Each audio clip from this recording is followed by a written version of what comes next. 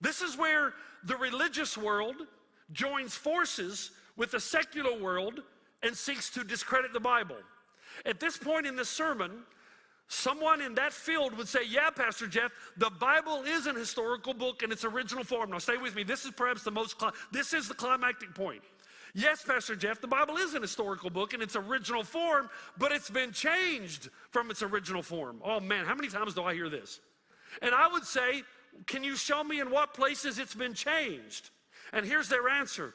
Wherever we say, and wherever it conflicts with our teachings, especially in places where it claims that Jesus is God in the flesh. Islam makes this claim again and again because it's well aware of what the Bible actually teaches. Now here's the question, and this is the point of this message. Has the Bible been changed? And if so, where's your proof? And if I say the Bible has not been changed, I have to offer my proof as well. I want you to take a look at something. Here's where the journey starts. So we've got this graph on the screen. What is listed here on the far left are common works of literary antiquity that are well accepted as accurate. I want you to notice the date that they're written and then the earliest copy of that manuscript that we have.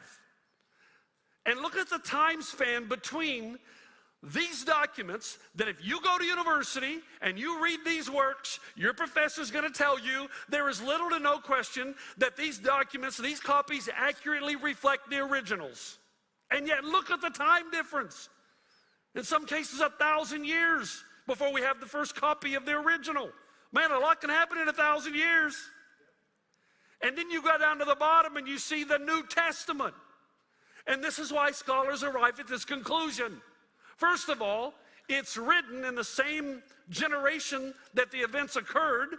Second, the earliest copy we have is in the 2nd century, somewhere around 130. Actually, we have something called the John Ryland manuscript in the British Library today that's dated 103.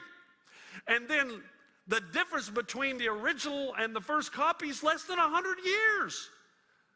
How many? And then look at the number of copies, folks. Look at the number of copies, 8, 10, 20. Then you get down to the Bible, 5,600. The accuracy of those copies that we have, when you contrast and compare, is 99.5%.